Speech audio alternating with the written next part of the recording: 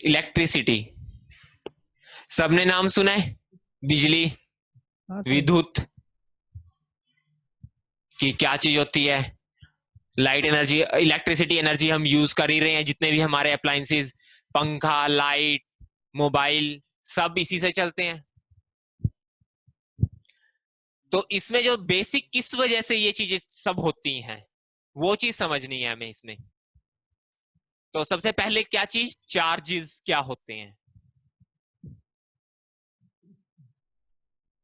हिंदी में क्या बोलते हैं चार्जेस को, आवेश। आवेश। ठीक है, कितने प्रकार के होते हैं ये, 2 प्रकार के।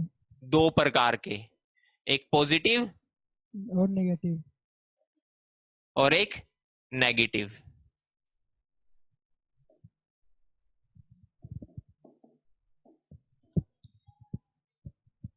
पॉजिटिव को हिंदी में क्या कहते हैं, धनात्मक ऋणात्मक। क्या, धनात्मक और इसका ऋणात्मक। धन, और नेगेटिव को ऋण। ठीक है, अब आपको एक चीज ध्यान रखनी है, जो हमारी इलेक्ट्रिसिटी मेनली होती है वो नेगेटिव चार्जेस की वजह से होती है। और किसी भी चीज में नेगेटिव चार्ज किस वजह से होता है, सर प्रेरण की वजह से। किससे, प्रेरण।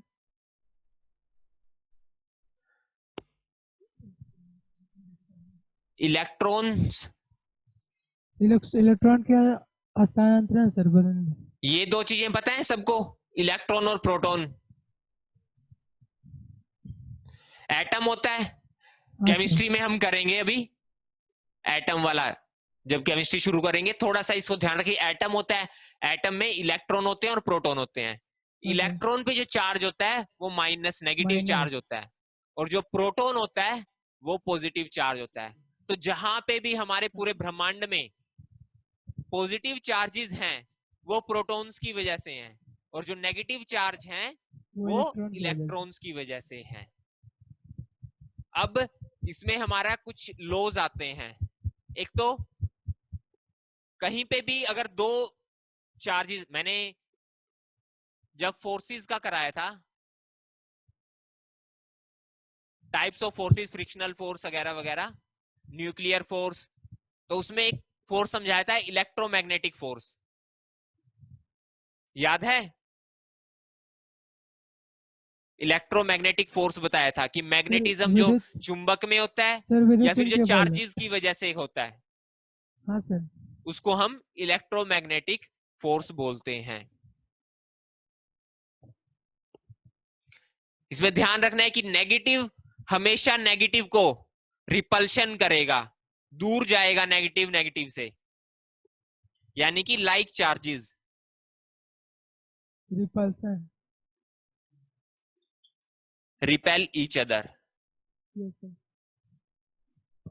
अगर दो नेगेटिव चार्ज मैं एक जगह पे रख दूं तो वो एक दूसरे से दूर भागने की कोशिश करेंगे, और अगर मैं एक नेगेटिव हो और एक पॉजिटिव हो तो उनमें अट्रैक्शन होगी।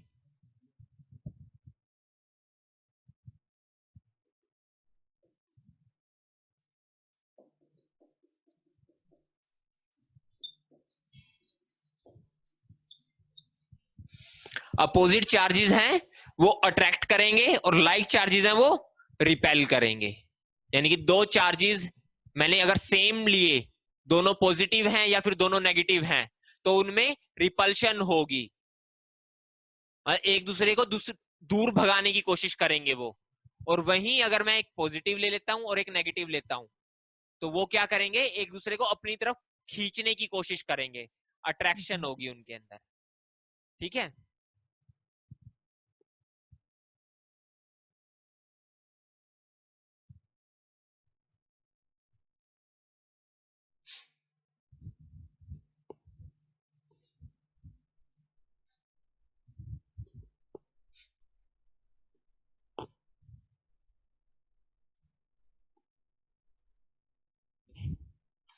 अब मैंने बताया कि फोर्स होता है, अट्रैक्शन होती है, रिपल्शन होता है। तो क्या है, हमेशा जब हम रिप्रेजेंट करते हैं अट्रैक्ट करने के या रिपेल करने के, तो हम ये कहते हैं कि पॉजिटिव से नेगेटिव की तरफ हमेशा रेज जाती हैं।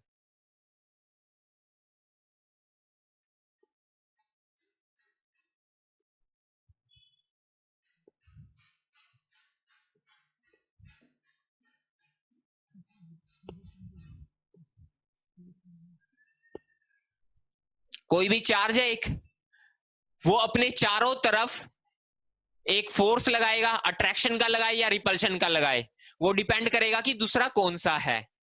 तो जो ये इसका फील्ड हुआ, जिस क्षेत्र में ये खिंचाव कर रहा है या फिर रिपेल कर रहा है, वो उसका इलेक्ट्रिक फील्ड हो गया।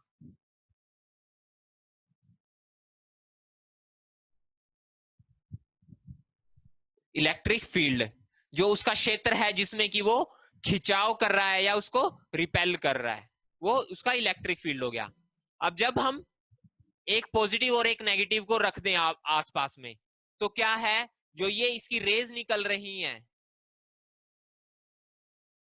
वो पॉजिटिव टू नेगेटिव जाती हैं हमेशा, इस तरीके से।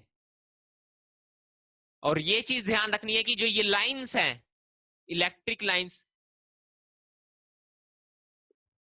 कभी भी एक लाइन दूसरे से इंटरसेक्ट नहीं करेगी, हाँ सर, मतलब एक दूसरे को काटेगी नहीं, नहीं काटेगी। हमेशा ये गैप रहेगा इनमें, चाहे जितनी मर्जी लाइंस हो जाएं, ये इंटरसेक्शन नहीं होगी आपस में, एक लाइन दूसरे को कभी नहीं काटेगी, ये चीज ध्यान रखनी है, ठीक है।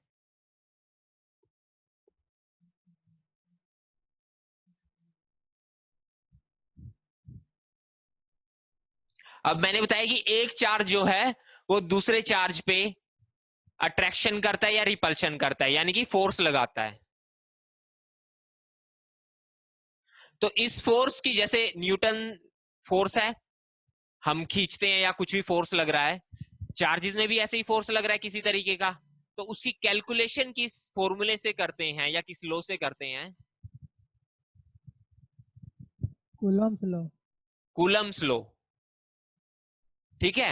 हाँ और सर, आपको सिर्फ ध्यान कूलम्स लॉ रखना है, उसकी कैलकुलेशन न्यूमेरिकल नहीं आता है, सिर्फ ये ध्यान रखना है कि फोर्स की वैल्यू किस पे डिपेंड करती है, 1/4 पाई एप्सिलॉन नॉट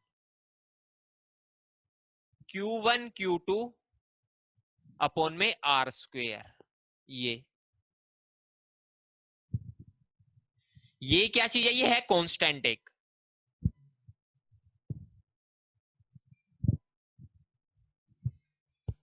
Q1 क्या हुआ, ये वाला चार्ज, Q2 क्या हुआ, दूसरे वाला चार्ज जो भी है, पॉजिटिव भी हो सकता है नेगेटिव भी हो सकता है, हमने यहां पे नेगेटिव लिया है, ठीक है। और R² क्या है, इन दोनों के बीच का डिस्टेंस,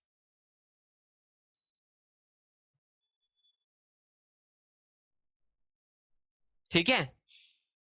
तो कोई भी दो चीजें जो चार्जेस हैं वो फोर्स लगाएंगी तो किस पे डिपेंड करेंगी, एक तो दोनों के बीच में डिस्टेंस कितना है और उनमें चार्ज कितना है, Q1 Q2 अपॉन में R²।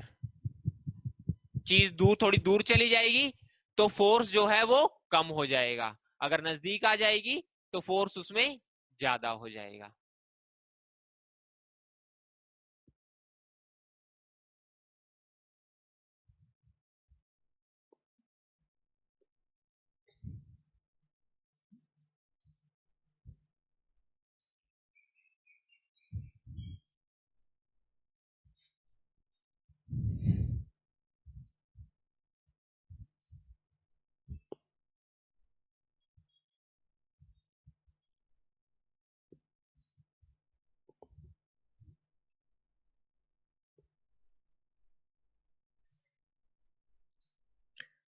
अब जो नेक्स्ट टॉपिक इसमें आता है हमारा, ये तो हमने स्टैटिक चार्ज पढ़े कि चार्ज जो है वो चल नहीं रहा है, इलेक्ट्रॉन या प्रोटॉन जो है हमारे चल नहीं रहे हैं, वो स्थिर हैं, स्थिर इलेक्ट्रिसिटी की हमने बात की है यहाँ पे। अब अगर उनकी मूवमेंट हो, एक इलेक्ट्रॉन है, ये मूव करे एक जगह से दूसरी जगह, वायर है,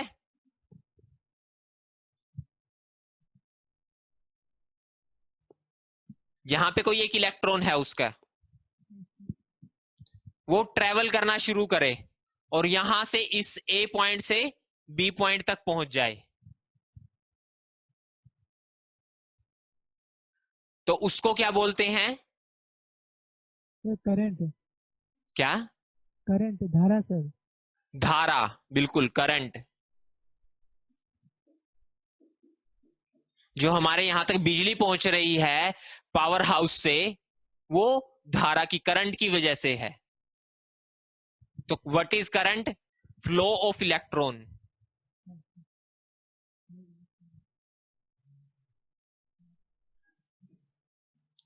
इज कॉल्ड करंट। अब करंट की डायरेक्शन क्या होती है?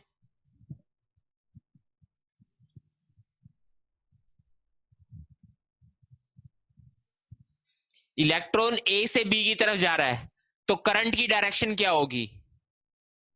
सर अनिश्चित दिशा में, क्या? Uncertain direction. जोर से बोलिए। सर धारा की दिशा नहीं होती है। धारा की दिशा नहीं होती है? किसने कहा आपको कि धारा की, करंट की डायरेक्शन नहीं होती है?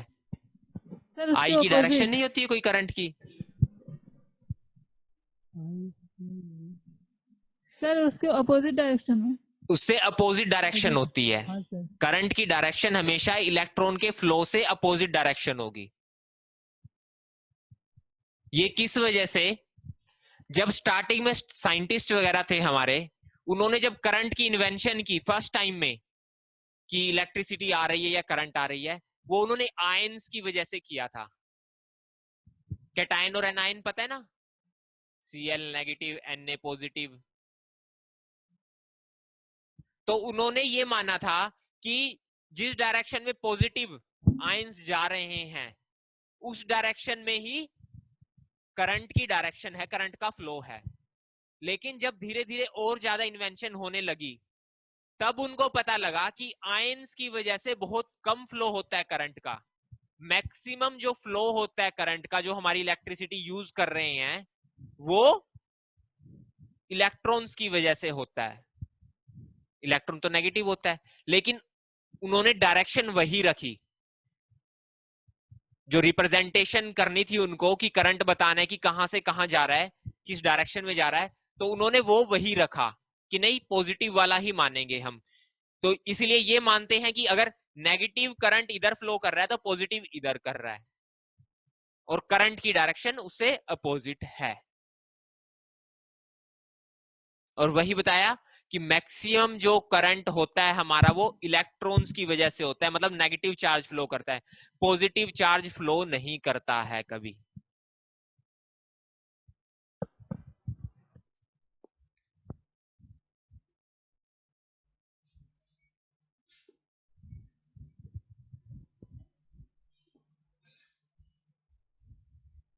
सर सर हाँ जी। सर रीजन क्या दिए, पॉजिटिव चार्ज क्यों नहीं फ्लो करता है, हमेशा नेगेटिव चार्ज फ्लो करता है करंट में? आपने एटम पढ़ा है? यस। थोड़ा सा आइडिया तो है, मतलब 9वीं 10वीं में थोड़ा देखा है। इसके अंदर न्यूक्लियस होता है, हाँ सर। और न्यूक्लियस के अंदर होते हैं प्रोटॉन न्यूट्रॉन और न्यूट्रॉन, ठीक है? और बाहर होते हैं इलेक्ट्रॉन्स। इलेक्ट्रॉन। डिटेल में आपको जो केमिस्ट्री अब हम नेक्स्ट क्लास में शुरू करेंगे उसमें समझाएंगे। तो जो ये इलेक्ट्रॉन होते हैं, ये ट्रांसफर हो सकते हैं सिर्फ, प्रोटॉन्स जो हैं वो न्यूक्लियस के अंदर ही रहते हैं। प्रोटॉन्स सिर्फ और सिर्फ तब ट्रांसफर होते हैं जब न्यूक्लियर रिएक्शन हो।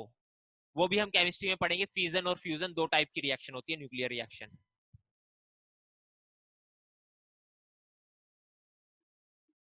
इसीलिए प्रोटॉन्स जो है वो तो न्यूक्लियस के अंदर ही है।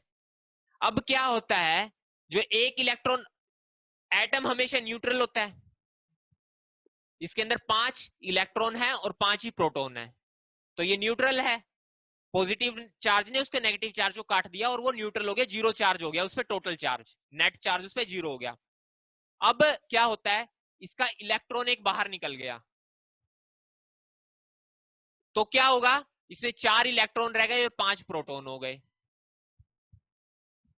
तो इसमें पॉजिटिव चार्ज आ गया प्लस ई। ठीक है, तो जब ये फ्लो कर रहा है तो हमें ऐसा लग रहा है कि पॉजिटिव चार्ज फ्लो कर रहा है, लेकिन एक्चुअली में वो उसके अपोजिट डायरेक्शन में इलेक्ट्रॉन फ्लो कर रहा होता है। निकल सकता है या वापिस आ सकता है, इलेक्ट्रॉन है। अभी हम पढ़ेंगे कि कंडक्टर, इंसुलेटर और सेमीकंडक्टर। ठीक है, तो जो फ्लो होता है वो इलेक्ट्रॉन्स का फ्लो होता है।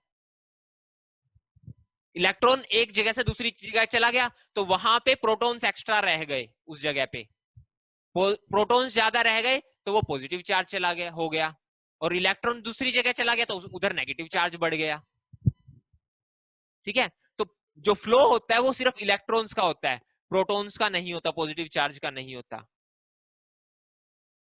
ठीक है,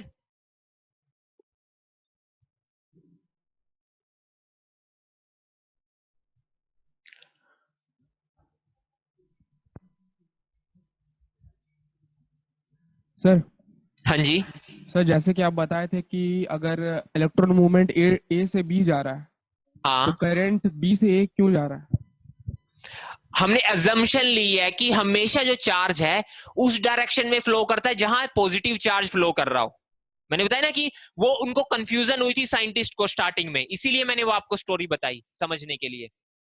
उन्होंने पहले मान लिया था कि पॉजिटिव डायरेक्शन में जो चार्ज जा रहा है उसकी वजह से करंट की डायरेक्शन है, लेकिन जब उन्होंने इन्वेंशन आगे और एक्सपेरिमेंट किए तो उनको पता लगा कि पॉजिटिव चार्ज तो फ्लो ही नहीं कर रहा है, वो तो इलेक्ट्रॉन्स फ्लो कर रहे हैं उससे अपोजिट डायरेक्शन में, और हमें लग रहा है कि पॉजिटिव चार्ज फ्लो कर रहा है उससे अगेंस्ट। तो उन्होंने अजम्पशन ले ली कि करंट की हम डायरेक्शन लेंगे, इलेक्ट्रॉन्स जहां ट्रांसफर होंगे उससे अपोजिट डायरेक्शन मानेंगे हमेशा।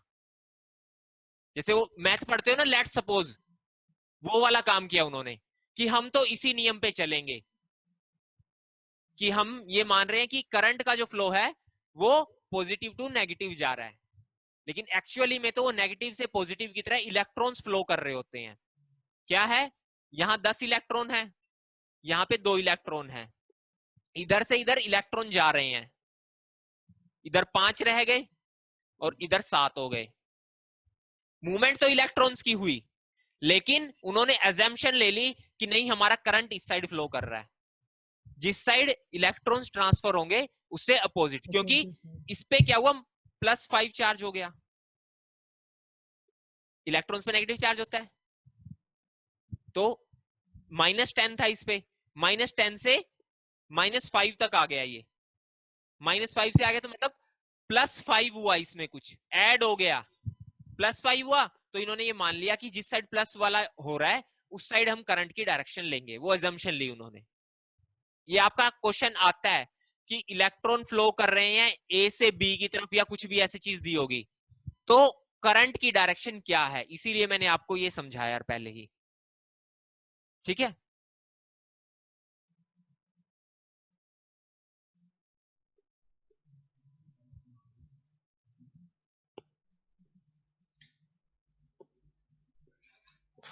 अब हमने देखी थी हीट, देखी थी एक मीडियम से दूसरे मीडियम में ट्रांसफर होती है।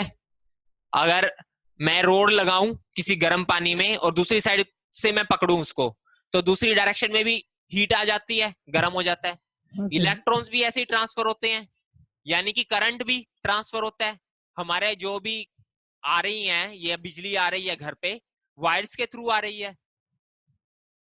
तो जो मीडियम या जो सब्सटेंसेस हैं वो अलाउ करें करंट को फ्लो करने के लिए, उन्हें कहते हैं हम कंडक्टर या फिर गुड कंडक्टर ऑफ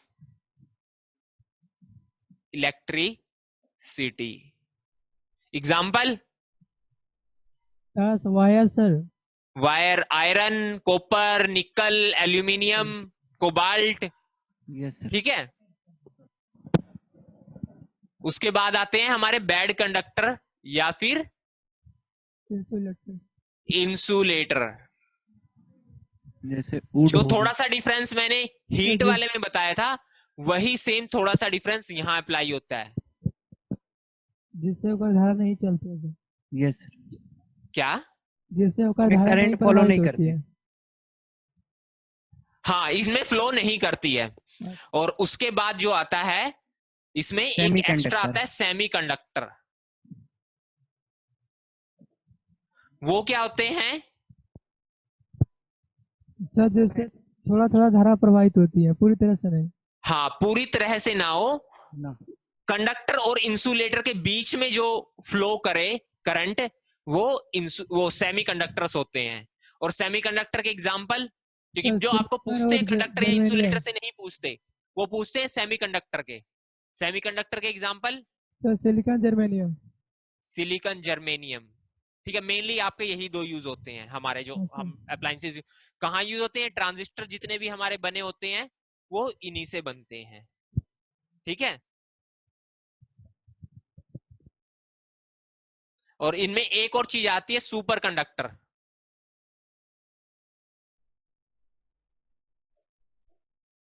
वो क्या होते हैं? सर जिसका प्रतिरोध शून्य हो सर। सर हाँ, प्रतिरोध जिसका शून्य हो सर। थोड़ा जोर से बोलिए आप। सर इट इज उसका प्रतिरोध शून्य है। क्या बोल रहे हैं?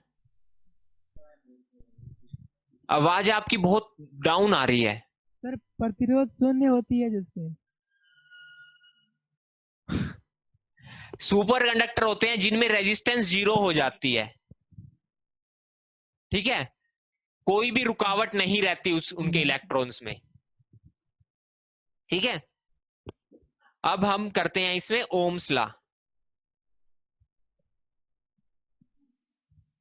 सुपर कंडक्टर का एग्जांपल। सुपर कंडक्टर वो होते हैं जिनमें रेजिस्टेंस बिल्कुल 0 हो जाए, कंप्लीट फ्लो ऑफ इलेक्ट्रॉन्स हो। मतलब गुड कंडक्टर से भी एक्स्ट्रा कंडक्टेंस जब प्रोवाइड करने लगे, वो एक पर्टिकुलर टेम्परेचर पे होता है, वो क्रिटिकल टेम्परेचर बोल देते हैं, या एब्सोल्यूट 0 टेम्परेचर बोल देते हैं, -273 डिग्री, या फिर 0 डिग्री केल्विन, जिसपे की कंडक्टेंस इन्फिनाइट हो जाए। अभी आगे हम पढ़ेंगे हीट वाला, कि हीट लॉस कैसे होता है, तो उस टाइम आपको और अच्छे से समझ आ जाएगा। ठीक है,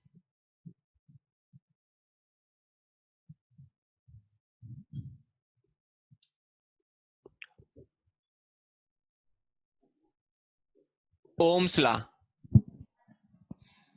अब क्या होता है कि कोई भी कंडक्टर है, इंसुलेटर कुछ भी है, तो वो रुकावट डालता है थोड़ी बहुत। अब मैंने बताया कि जो भी कंडक्टेंस होती है वो फ्लो ऑफ इलेक्ट्रॉन्स की वजह से होती है। करंट फ्लो जो करता है वो फ्लो ऑफ इलेक्ट्रॉन्स की वजह से करता है। Yes sir. तो क्या है, ये वायर है, इनमें इलेक्ट्रॉन्स हैं, फ्री इलेक्ट्रॉन्स हैं। Yes sir.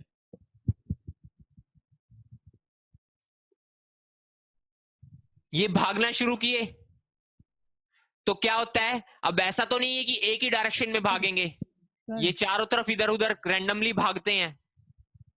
तो क्या होता है, कुछ दीवारों पे भी टकराते हैं,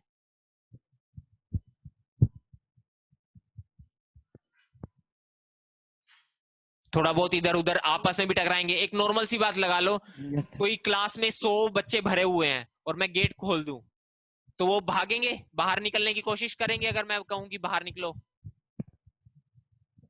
तो जैसे ही वो बाहर भागने लगे तो आपस में भी टकराना भी होगा। तो जो ये टकराना होता है, उसकी वजह से थोड़ी बहुत रेजिस्टेंस आती है और हीट प्रोड्यूस होती है। अब ये हीट वाला जो कंसेप्ट है वो हम नेक्स्ट वाले टॉपिक में करेंगे। अभी यहाँ रेजिस्टेंस वाला समझो सिर्फ। रेजिस्टेंस हिंदी में क्या कहते हैं? प्रतिरोध। हाँ, रुकावट डालना, प्रतिरोध करना, वो रेजिस्टेंस होती है। तो क्या ओम्स लॉ क्या कहता है कि ओम्स लॉ V बराबर R I is directly proportional to V upon में I. I जितनी वोल्टेज ज्यादा होगी उतनी ज्यादा रेजिस्टेंस आ जाएगी, ठीक है। या फिर उसको हम दूसरे तरीके से लिख लेंगे, V बराबर I R V होता है equal to I I R R, IR ये हम्म ठीक है ना। सर पोटेंशियल चीज। डिफरेंस क्या होता है सर? देखियो इसका एक पहले आपको पोटेंशियल समझनी पड़ेगी क्या चीज होती है। Yes sir.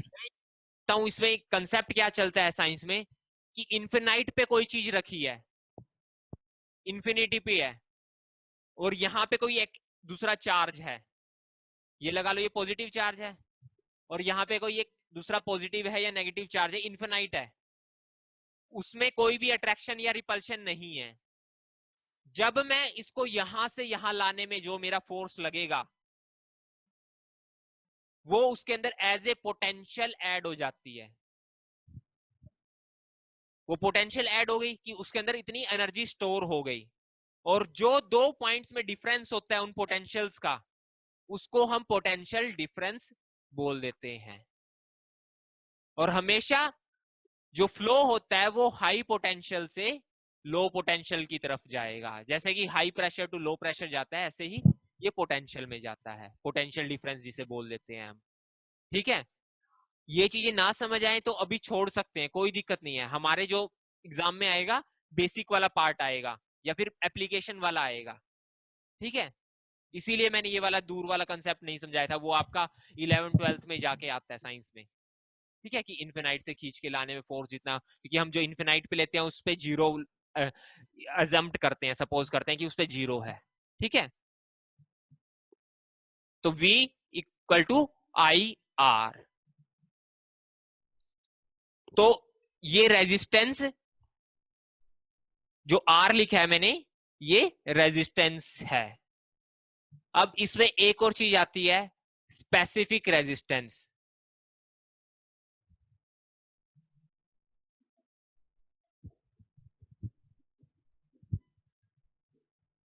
स्पेसिफिक रेजिस्टेंस क्या होती है? आर को अगर मैं लिखूं तो वो होते हैं कांस्टेंट एल अपॉन में ए।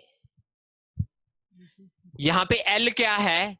ये होती है length of wire, wire wire या कंडक्टर जो भी हम ले रहे हैं। Yes sir. और ए होता है area of cross section. Cross sectional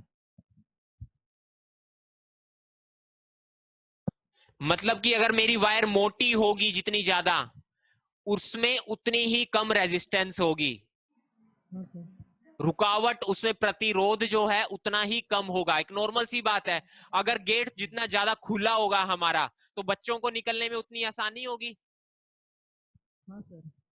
रुकावट कम हो गई, इनवर्सली आ गया। जितनी ज्यादा लंबी वायर होगी, अगर किसी गली से निकलना है पतली गली से, तो जितनी ज्यादा लंबी होगी वो उतनी ज्यादा टक्कर लगेगी साइडों में, दीवारों में या आपस में, तो उतनी ज्यादा रेजिस्टेंस उसकी बढ़ जाएगी, सब पतली प्रतिरोध में बढ़ उसका जाएगा। बढ़ जाएगा। तो जितनी ज्यादा लेंथ होगी वायर की उतनी ज्यादा उसकी रेजिस्टेंस होगी। और जो कांस्टेंट ये हमने लगाया है, ये स्पेसिफिक रेजिस्टेंस होती है। और ये कांस्टेंट किस पे डिपेंड करता है? ये डिपेंड करता है सब्सटेंस पे।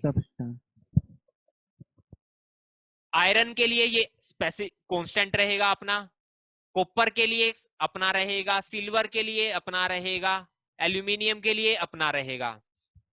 तो जो सबसे ज्यादा, अब ये समझा आपने रेजिस्टेंस है, और 1/R होता है कंडक्टेंस। ये रुकावट है, वो फ्लो है। जितना ज्यादा फ्लो होगा उतनी ज्यादा कंडक्टेंस होगी। रेजिस्टेंस को हम किस यूनिट का यूज करते हैं? ओम का। इस तरीके से इसको रिप्रेजेंट करते हैं। तो कंडक्टेंस का क्या हो गया? Ohm inverse.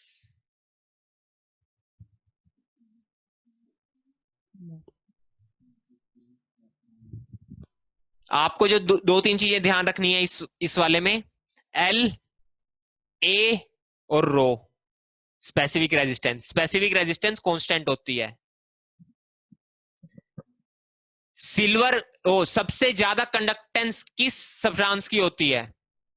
सिल्वर। सिल्वर की। उसके बाद उससे नेक्स्ट कॉपर। कॉपर, फिर एल्यूमिनियम। एल्यूमिनियम। इसीलिए हम पूछते हैं जब भी मोटर लेने जाते हैं या फिर वायरिंग करवाते हैं तो पूछते हैं कि भाई ये वायर कॉपर की है या फिर एल्यूमिनियम की है। यस। है ना? कॉपर वाली महंगी आती है कॉपर वाली क्योंकि महंगी। कंडक्टेंस ज्यादा होती है। सिल्वर वाली तो हम यूज कर नहीं सकते, इतनी ज्यादा तो औकात हमारी होती नहीं है कि भाई सिल्वर वाली वायर यूज कर लें, क्योंकि ज्वेलरी तो हम बनवाने में मुश्किल हो जाती है सिल्वर की। इतनी एक्चुअली इतनी अवेलेबल नहीं होती है वो कि हम वायर्स में उसको यूज कर सकें, इसीलिए वो महंगी भी रहती है। महंगा और कम होना इकोनॉमिक्स आप पढ़ोगे, वो डिमांड एंड सप्लाई पे डिपेंड करता है। तो सप्लाई कम है सिल्वर की, डिमांड ज्यादा है, तो इसीलिए उसका रेट ज्यादा है। तो सिल्वर तो यूज कर नहीं सकते, इसीलिए हम कॉपर वायर यूज करते हैं, क्योंकि कॉपर वायर की कंडक्टेंस सबसे ज्यादा होती है इनमें। ठीक है, कंडक्टेंस ज्यादा होती है, रेजिस्टेंस कम होती है। ठीक है, अपोजिट होते हैं कंडक्टेंस और रेजिस्टेंस। वही फिर से ये चीज आपको ध्यान रखनी है, ये कांस्टेंट है, एल और ए पे डिपेंड करेगा। जितनी मोटी वायर हो जाएगी उतनी ज्यादा उसकी कंडक्टेंस हो जाएगी, मतलब रेजिस्टेंस कम हो जाएगी, कंडक्टेंस ज्यादा हो जाएगी।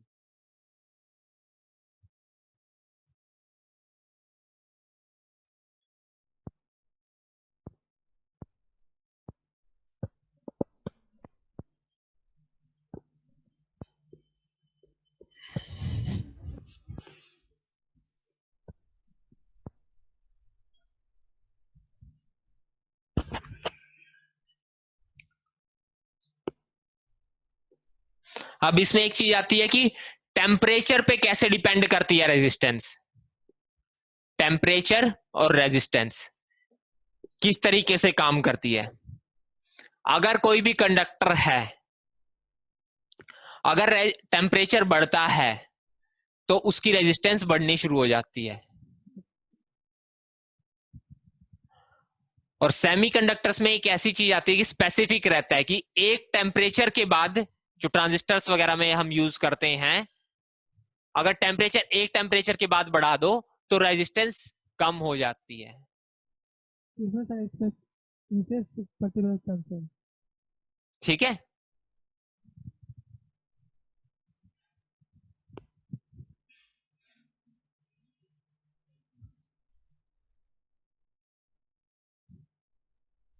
अब करंट हम बार बार यूज कर रहे हैं, तो एक वर्ड यूज करते हैं हम नॉर्मली जब भी कोई चीजें यूज करते हैं, अप्लायंसेस वगैरह हम लाइफ में, एसी करंट और डीसी करंट।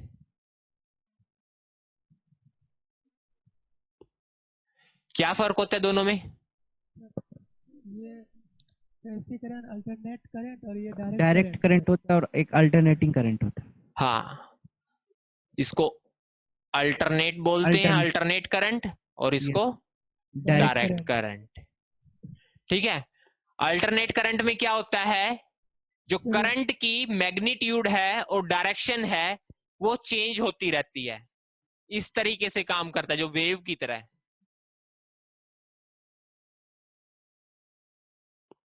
और जो डायरेक्ट करंट होता है उसका मैग्नीट्यूड और डायरेक्शन हमेशा सेम रहती है। कैसे? जो हमारा करंट आता है हमारे घर में, वो एसी करंट आता है। हाँ सर। तो उसमें क्या होता है, पहले उसकी वैल्यू बढ़नी शुरू होती है, 220 से 230, 240, 250, 260, 270, 270 पे रुक गया, 270 से फिर नीचे जाना शुरू होगा, कम कम कम कम कम कम होता हुआ वो जीरो पे जाएगा, और फिर उसकी डायरेक्शन चेंज हो जाएगी, अपोजिट डायरेक्शन में चलना शुरू कर देगा वो। हम वो जब मोटर और जनरेटर करेंगे उसमें थोड़ा और समझ आएगा। अब भी दिमाग में रखो कि एसी करंट में क्या होता है, डायरेक्शन और मैग्नीट्यूड चेंज होता रहता है। ये जीरो है, जीरो से मैक्सिमम गया, जैसे वेव चलती है, मैक्सिमम गया, मैक्सिमम से फिर वो 0 पे आ गया और फिर नीचे। इसीलिए एक क्वेश्चन आता है कि एसी ज्यादा खतरनाक करंट होता है। अगर मुझे करंट लगे, मैं किसी वायर को हाथ लगा दूं गलती से, तो एसी करंट ज्यादा खतरनाक होता है या डीसी करंट ज्यादा खतरनाक होता है? Sir AC AC AC AC AC. क्यों? एसी एसी सर बॉडी को अट्रैक्ट कर लेता है अपने और अट्रैक्ट तो दोनों ही करेंगे। क्या होता है, अब मैंने इसको बोला कि 220 है और ये भी 220 है, तो क्या होता है 220 इसका मीन होता है, एवरेज होती है। ये 220 से 270 280 तक जाता है और फिर नीचे आता है। वो एवरेज लेते हैं जो बताया होता है हमने। और डीसी में अगर 220 है तो वो उतना का उतना ही है। और एक दूसरी चीज होती है इसमें ही, एसी करंट में हमें झटका लगता है और जो डीसी करंट है वो पकड़ के रखता है। क्यों झटका लग जाता है? जब ये ऊपर गया तो उसने पकड़ा हुआ है, जब यहाँ पे 0 पे आया तो रुक गया अट्रैक्शन। जो खींच रहा है वो हमें अट्रैक्टिव फोर्स, इलेक्ट्रोमैग्नेटिक फोर्स लग रहा है वायर में, वो खींच रहा है। वो थोड़ा सा ब्रेक आया तो जो ब्रेक लगता है उसमें हमारा हाथ पीछे आ जाता है। वहीं जब डायरेक्ट करंट होता है तो वहां चिपक जाते हैं हम, हाथ चिपका रहता है, छोड़ नहीं पाते। तो इसीलिए उस वाले केस में डीसी करंट हमारा खतरनाक हो जाता है। अब डीसी करंट कहाँ यूज होता है? सर चार्जर में सर, कहाँ पे? ट्रांसफार्मर से चार्जर जाता है में, अडेप्टर चार्जर। में, बिल्कुल ठीक। जो हमारे सेल होते हैं उनमें भी डायरेक्ट करंट होता है, और जो बाकी जो हमारे आ रहा है डोमेस्टिक करंट आ रहा है वो एसी करंट होता है।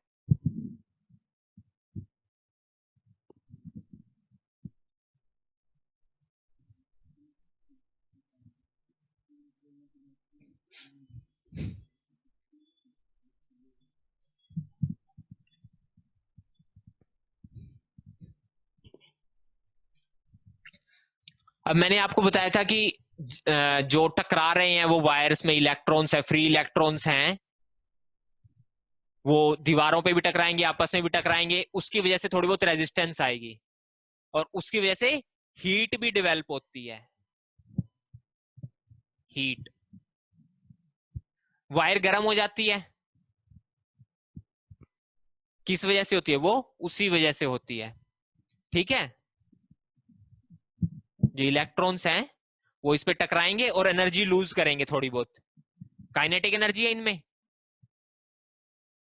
और जब ये काइनेटिक एनर्जी से चल रहे हैं और दीवार पे टकराए या आपस में टकराए तो थोड़ा बहुत एनर्जी लॉस होगा, और जो एनर्जी लॉस होगा वो हीट एनर्जी में चेंज हो जाएगा। तो इसका फॉर्मूला आता है, हीट कितनी जनरेट होगी वो किस चीज पे डिपेंड करेगी? वो डिपेंड करती है I² RT। ये हीट है, ये करंट है, ये रेजिस्टेंस है, और ये टाइम है हमारा।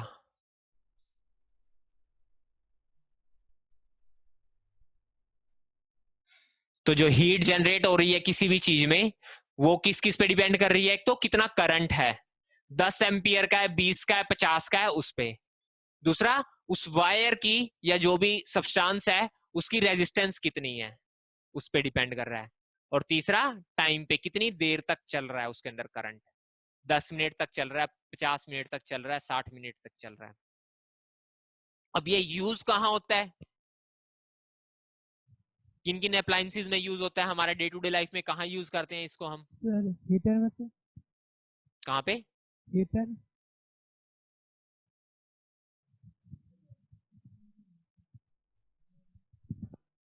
इलेक्ट्रिक आयरन होती है, प्रेस जिसे बोलते हैं हम, प्रेस करते हैं कपड़ों को, इस्त्री करते हाँ हैं, सर। हीटर होता है, या गीजर होता है,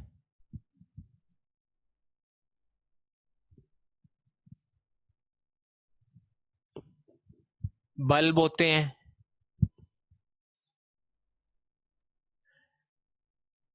क्या होता है जो हम उसमें फिलामेंट यूज करते हैं आयरन प्रेस में, जो नीचे वाला स्टै यूज करते हैं फिलामेंट जिसे हम बोलते हैं, उसकी रेजिस्टेंस हम ज्यादा होती है, बहुत ज्यादा रेजिस्टेंस ज्यादा हो जाती है, तो जिसकी वजह से उसमें हीट ज्यादा प्रोड्यूस होती है। हीट प्रोड्यूस ज्यादा होती है तो वो गर्म हो जाती है, और उसको हम कपड़े गर्म करने या फिर प्रेस करने के काम आते हैं। वहीं हम पानी गर्म करते हैं रोड के साथ, इलेक्ट्रिक रोड होती है, या हीटर पे करते हैं। हीटर का जो फिलामेंट होता है वो रोटेटेड होता है, उसमें क्या होता है, वही रेजिस्टेंस उसकी बहुत ज्यादा होती है। सर सर ठीक है, जिसकी वजह से वो गर्म होना शुरू हो जाता है, उसमें हीट इफेक्ट शुरू हो जाता है, और जितनी ज्यादा हीट होती है वो पानी में हमने डाला वो चीज, तो वो पानी गर्म होना शुरू हो जाएगा। गीजर है, उसमें भी इसी तरीके से काम करती है। सर अंदर की जो फिलामेंट होती है वो गर्म होनी शुरू हो जाती है, और जो गर्म होती है उससे वो पानी जो उसके अंदर है वो भी गर्म होना शुरू होएगा कंडक्टेंस की वजह से। समझाया था ना, कंडक्टेंस, कन्वेक्शन और रेडिएशन, तो यहाँ कंडक्टेंस यूज होगा। ठीक है, या फिर बल्ब हमारा गर्म हो जाता है, बल्ब पे हाथ लगा के देखते हैं वो गर्म हो जाता है, तो वो हीट में चला जाता है थोड़ा बहुत, क्योंकि जो उसका जो उसकी वायर है जो बल्ब की, उसमें भी थोड़ी बहुत रेजिस्टेंस होती है, और उस रेजिस्टेंस की वजह से ही वहां पे हीट जनरेट होती है। अब आपका एक क्वेश्चन आता है, हम जो यूज करते हैं करंट सर एक जगह से दूसरी जगह पहुंचाने में, लॉन्ग टर्म पहुंचाने में, तो वो सर एसी करंट यूज करते हैं। हाँ जी, sir H is equal to I square R T. Sir T क्या है, टाइम है। टाइम टाइम टाइम कितनी देर तक चल रहा है। आप पानी गर्म करते हो तो 5 मिनट तार लगा के रखोगे और 15 मिनट लगा के रखोगे, तो फर्क पड़ेगा ना दोनों में। 15 मिनट वाले में पानी गर्म हो जाता है, 5 मिनट वाले में कम गर्म हुआ। Yes. ठीक है, तो वो टाइम पे भी डिपेंड करता है कि कितनी देर तक उसमें से करंट पास हो रहा है।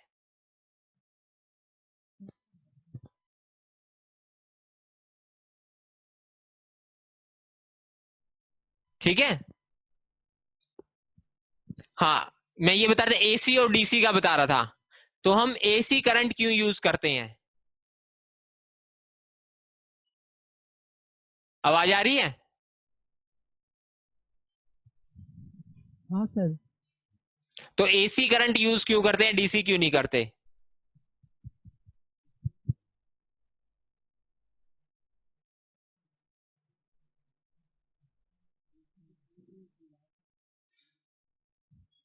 देखिए, इसमें एक चीज होती है, ये डिपेंड कर रहा है आई पे, आई स्क्वेयर पे।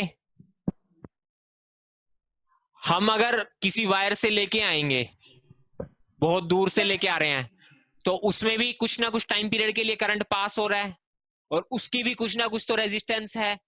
मैंने बताया कि हर एक की थोड़ी बहुत तो रेजिस्टेंस होती है। सुपर कंडक्टर होके जब जाते हैं तब उनकी रेजिस्टेंस जीरो हो जाती है, सुपर कंडक्टर्स की रेजिस्टेंस जीरो हो जाती है। तो सुपर कंडक्टर तो हम यूज कर नहीं सकते, क्योंकि उसके लिए हमें बहुत कम टेम्परेचर चाहिए होता है। बात आती है नॉर्मल वायर्स की, जो एल्यूमिनियम वायर या कॉपर वायर हम यूज करते हैं, तो उनमें भी थोड़ी बहुत रेजिस्टेंस है, तो हीट इफेक्ट तो उसमें भी आएगा। तो हीट इफेक्ट डिपेंड करेगा आई पे। तो एसी करंट को हम वोल्टेज बढ़ा के करंट की वैल्यू कम कर सकते हैं। किसके थ्रू? ट्रांसफॉर्मर के थ्रू। ट्रांसफार्मर लगे होते हैं हमारे घरों के पास में खंभों पे, हाँ सर वो क्या करते हैं, वोल्टेज को ऊपर नीचे करते हैं। एसी करंट की जो है उसकी वोल्टेज हम ऊपर नीचे बहुत इजीली कर सकते हैं, और वोल्टेज बढ़ा के हम करंट की वैल्यू डाउन कर देते हैं, ताकि इसमें हीट इफेक्ट कम से कम हो। तो इसीलिए लॉन्ग ट्रांसमिशन जब करंट का करना होता है तो वो एसी करंट के थ्रू हम यूज करते हैं। ठीक है, ताकि हीटिंग इफेक्ट कम से कम हो और एनर्जी लॉस कम से कम हो, क्योंकि टोटल एनर्जी तो कांस्टेंट ही रहेगी। Law of conservation of energy हमने पढ़ाई है, तो वो तो कांस्टेंट ही रहेगी। अब हमने यहाँ पे ट्रांसफॉर्मर यूज किया वर्ड, तो ट्रांसफॉर्मर कैसे काम करता है?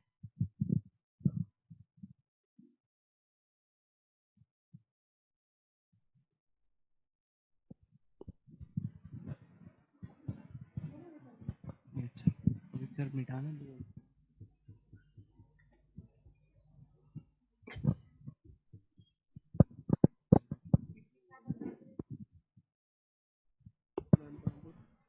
वोल्टेज होते हैं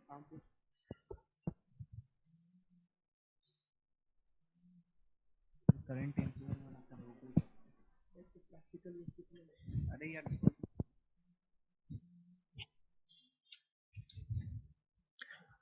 उससे पहले आप फेरेडेज लॉ देखिए।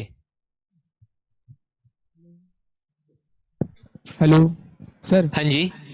सर वोल्टेज और करंट में एक थोड़ा सा डिफरेंस बता दीजिए। करंट इलेक्ट्रॉन्स का फ्लो है और वोल्टेज जो है वो पोटेंशियल डिफरेंस है। पोटेंशियल डिफरेंस में समझा रहा था ना कि एक एनर्जी है, वो टाइप ऑफ एनर्जी है, वो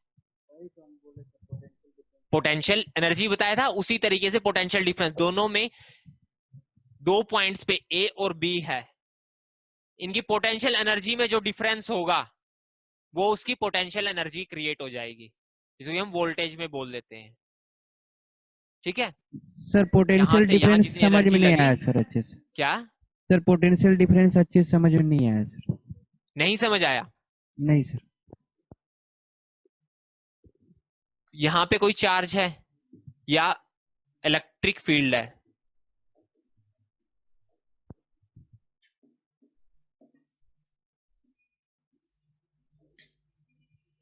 एग्जाम पॉइंट ऑफ व्यू से आपका इतना इंपॉर्टेंट नहीं है ये, हाँ, लेकिन समझ आए तो कोशिश करना समझने की फिर भी, क्योंकि आगे आपको उन चीजों में बेनिफिट होगा उससे। यहां पे कोई भी इलेक्ट्रिक फील्ड है, ठीक है, किसी चार्ज की वजह से, और इन्फिनाइट पे कोई दूसरा चार्ज रखा है -Q। मैं इसको यहां से यहां खींच के लेके आता हूं, ये भी माइनस चार्ज लगा लीजिए, -Q है, तो रिपल्शन होगी। तो जो मैंने यहां से यहां इसको खींचने में फोर्स लगाया, तो उसमें एनर्जी स्टोर हो गई, क्योंकि वो रिपल्शन करेगा, उसको दूर भगाने की कोशिश करेगा, और मैं उसको अपनी तरफ खींच रहा हूं, तो उसके अंदर पोटेंशियल एनर्जी जनरेट हो जाएगी। अब इसको कैसे इजी समझ सकते हैं? वाटर डैम वगैरह हमने समझे थे कि हम पानी को नीचे से ऊपर ले जाएं और वहां छोड़ दें तो वो वापिस नीचे आ जाता है ग्रेविटेशनल फोर्स की वजह से। तो हम क्या कह देते हैं कि उसके अंदर पोटेंशियल एनर्जी स्टोर है काम करने की, उसकी पोजीशन की वजह से जो एनर्जी उसके अंदर स्टोर है वो पोटेंशियल एनर्जी है। दो बताई थी, काइनेटिक एनर्जी और potential energy. Kinetic energy motion की वजह से और पोटेंशियल एनर्जी पोजीशन की वजह से। तो ये जो पोजीशन हमने यहां से यहां लेके आए तो उसमें एनर्जी स्टोर हो गई, क्योंकि अगर मैं इसको यहां से छोड़ दूंगा फ्री, यहां से तो फोर्सफुली लेके आ रहा हूं मैं इसको यहां पे, और अगर मैं इसको यहां छोड़ दूं तो वो वापिस उसको भाग जाएगा वो, क्योंकि सेम चार्ज है, नेगेटिव नेगेटिव रिपल्शन होगी। तो जो वो एनर्जी इसके अंदर स्टोर हो रही है वापिस भागने की, उसको हम पोटेंशियल एनर्जी कह देते हैं। और दो पॉइंट्स में जो डिफरेंस हुआ एनर्जी का, वो पोटेंशियल डिफरेंस हो जाता है उसका। और उसको थोड़ा और समझने के लिए चीज अगर दूसरे एंगल से समझे, ए और बी कोई पॉइंट है, यहां से यहां फ्लो करने का एनर्जी जो उसके अंदर है, ए से बी या फिर बी से ए जाने की जो उसके अंदर एनर्जी स्टोर्ड है पहले से सेल में जिस तरीके से होती है, वो पोटेंशियल एनर्जी हो जाती है, पोटेंशियल डिफरेंस हो जाता है।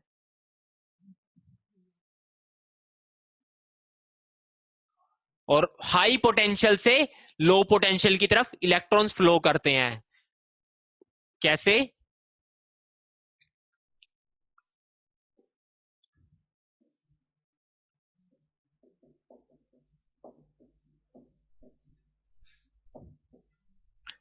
यहां पॉजिटिव चार्जेस हैं और यहां नेगेटिव चार्जेस हैं।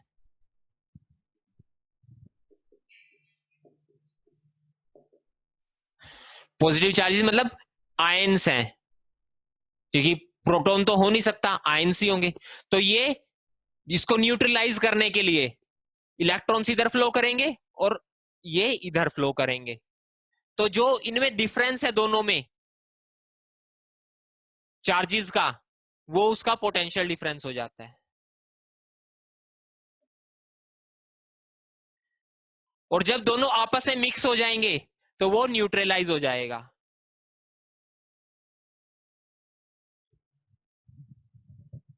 तो जितनी उसके अंदर एनर्जी स्टोर्ड है वो उसका पोटेंशियल हो जाता है। सर इलेक्ट्रिसिटी में अभी आप बताए ना एसी करंट यूज होगा, हाँ हाँ डीसी नहीं होगा, तो उसको सर थोड़ा सा एक्सप्लेन कर दीजिए। उसके बाद फिर आप बताए ना ट्रांसफार्मर में यूज करते हैं वोल्टेज और करंट को लेके, VI मतलब कि वोल्टेज ज्यादा होगा तो देखिए मैंने सुनिए ऐसा नहीं है सिर्फ एसी करंट यूज होता है। मैंने डीसी करंट के एग्जांपल दिए, कहां कहां यूज होता है। हाँ, मैंने तो ये सर, बोला हाँ। कि जब लॉन्ग ट्रांसमिशन होती है हमारी वायर्स में, हमारे पावर हाउस से हमारे घर तक, उसमें हम एसी करंट यूज करते हैं। हमारे मैक्सिमम अप्लायंसेस डीसी करंट पे काम करते हैं। आपका टीवी जो है वो डीसी में काम करता है, आपका लैपटॉप है, मोबाइल है, सब डीसी करंट पे काम करते हैं। लॉन्ग ट्रांसमिशन के लिए एसी करंट यूज होता है। और जहां ट्रांसफॉर्मर है कैसे काम करता है वो हम अभी करेंगे। पहले फेरेडेज लॉ समझ लीजिए, उसके बाद वो आपको इजीली समझ आएगा। ठीक है, ध्यान रखना है, ऐसा नहीं है कि सिर्फ एसी करंट यूज होता है। एसी करंट लॉन्ग ट्रांसमिशन, एक जगह से दूसरी जगह दूर तक जब हमें पहुंचाना होता है, उसमें हम एसी करंट यूज करते हैं मैक्सिमम, जो हमारी वायर्स में घर तक पहुंचता है पावर हाउस से। हमारे अप्लायंसेस मैक्सिमम डीसी करंट पे काम करते हैं। हम इसीलिए हम डायरेक्ट, आपका मोबाइल है डायरेक्ट स्विच में लगा देना बिना अडेप्टर के, वायर के, डायरेक्ट खराब हो जाएगा, फट जाएगा। आपका लैपटॉप डायरेक्ट कनेक्ट कर देना स्विच से, फट जाएगा, क्योंकि वो डीसी करंट पे काम करता है और आप एसी करंट उसको सप्लाई दे रहे हो। सर हाँ सर, बैटरी जो चार्ज होता है सर, वो डीसी से करंट से क्यों होता है, एसी से क्यों नहीं होता है सर? डीसी करंट वो डिपेंड करता है कि अप्लायंसेस में हम कौन से ट्रांजिस्टर यूज किए हुए हैं, किस तरीके से मदरबोर्ड उसका ऑपरेट किया हुआ है हमारा, वो उन चीजों पे डिपेंड करता है। और जो हमारी बैटरी या सेल होती है उनमें डायरेक्ट करंट होता है, क्योंकि उसमें कैथोड और एनोड काम करती हैं इस तरीके से, उनमें डायरेक्शन की चेंज नहीं होती करंट की। इस वजह से इन्वर्टर जो है हमारा वो डायरेक्ट करंट सप्लाई करता है। ठीक है, जो बैटरी होती है उसमें, उसके बाद इन्वर्टर में जाता है, वो डायरेक्ट करंट होता है। तो मैक्सिमम अप्लायंसेस जो हमारे थे वो डायरेक्ट करंट पे ही काम करते हैं। हाँ, हमने अब क्या किया है, कुछ अप्लायंसेस इस तरीके से बना लिए हैं, उनके बीच में ही हमने डिवाइस ट्रांजिस्टर्स वगैरह अप्लाई करने शुरू कर दिए उसके अंदर ही, मदरबोर्ड के अंदर, जिसकी वजह से अगर उसको डायरेक्ट करंट से काम करना है तो डायरेक्ट करंट प्रोवाइड कर देते हैं, और एसी करंट चाहिए तो एसी करंट प्रोवाइड कर देते हैं। और वो किस तरीके से काम करते हैं, वो रेक्टिफायर्स के थ्रू काम करते हैं। सर इन्वर्टर ट्रांसफर कर चेंज करके ना फ्लो करता है डीसी। हाँ, कन्वर्ट करके, इन्वर्टर कन्वर्ट करने के लिए काम आता है। हमारा एसी करंट आ रहा है उसको डीसी में कन्वर्ट करेगा और फिर बैटरी को सप्लाई देगा। बैटरी से जो सप्लाई आ रही है direct as a direct current, उसको इन्वर्टर में गया, उसको वो एसी में ट्रांसफर कन्वर्ट करेगा और फिर हमारे सप्लाई दे देगा। इन्वर्ट कर देता है एसी को डीसी में और डीसी को एसी में।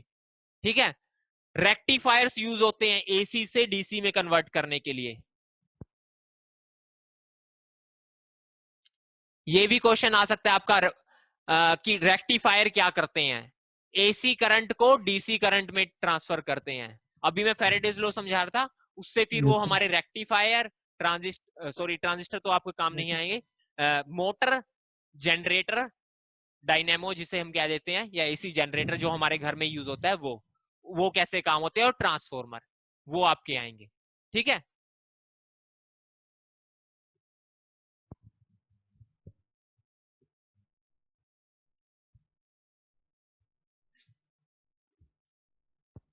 वोल्टेज में लिमिट्स क्यों होते हैं 240 वोल्टेज तक या फिर 300? लिमिट कैसे? लिमिटेशन, वोल्टेज का लिमिटेशन होता है सर? वोल्टेज का लिमिटेशन नहीं होता, लिमिटेशन हमारे डिवाइस का होता है कि वो इतने वोल्टेज पे काम कर सकता है। अगर उससे ज्यादा वोल्टेज प्रोवाइड की उसको तो वो खराब हो जाएगा। वो हमारे डिवाइस की लिमिटेशन होती है। सर तो एसी जब ट्रांसफर होके आता है तो वो उसमें फुल वोल्टेज होता है सर, कितना होता है? 220 वोल्ट। जो हमारे घर में अप्लायंसेस जो मैक्सिमम यूज होते हैं वो 220 वोल्ट पे काम करते हैं, और जो बाहर से आता है वो 440 भी हो सकता है, 880 भी हो सकता है, डिपेंड करता है कि कितने बड़े ट्रांसफॉर्मर से और कहां से क्या आ रही हैं। कहते हैं ना कि हाई वोल्टेज वायर्स हैं, मोटी मोटी वायर्स होती हैं। सर ज्यादा हार्मफुल क्या है, ज्यादा करंट या ज्यादा वोल्ट? एनर्जी उसकी, वोल्टेज वोल्टेज ज्यादा, वोल्टेज ज्यादा पोटेंशियल हार्मफुल। उसकी, काम करने की क्षमता उसकी ज्यादा हो जाती है।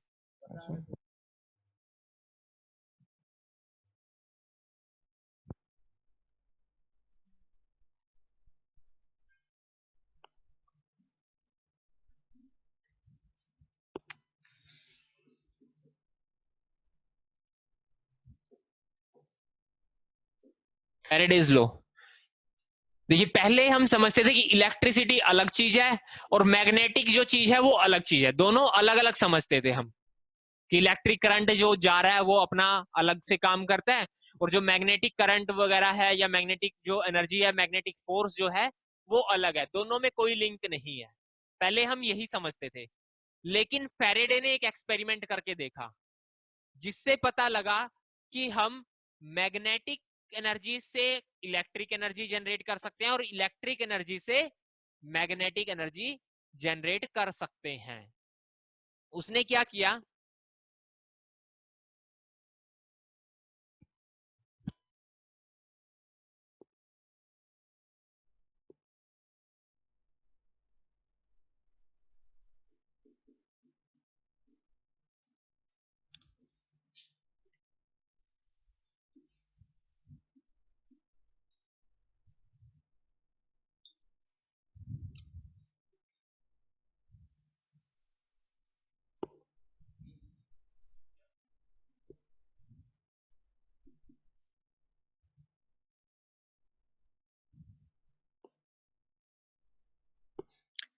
ये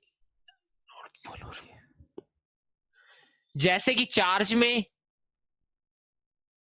ऐसे निकलती है, मैंने बताया था पॉजिटिव से नेगेटिव की तरफ रेस जाती है हमारी, और वो कभी इंटरसेक्ट नहीं करती, ऐसे ही नॉर्थ पोल और जो मैग्नेट होता है उसमें होता है सेम।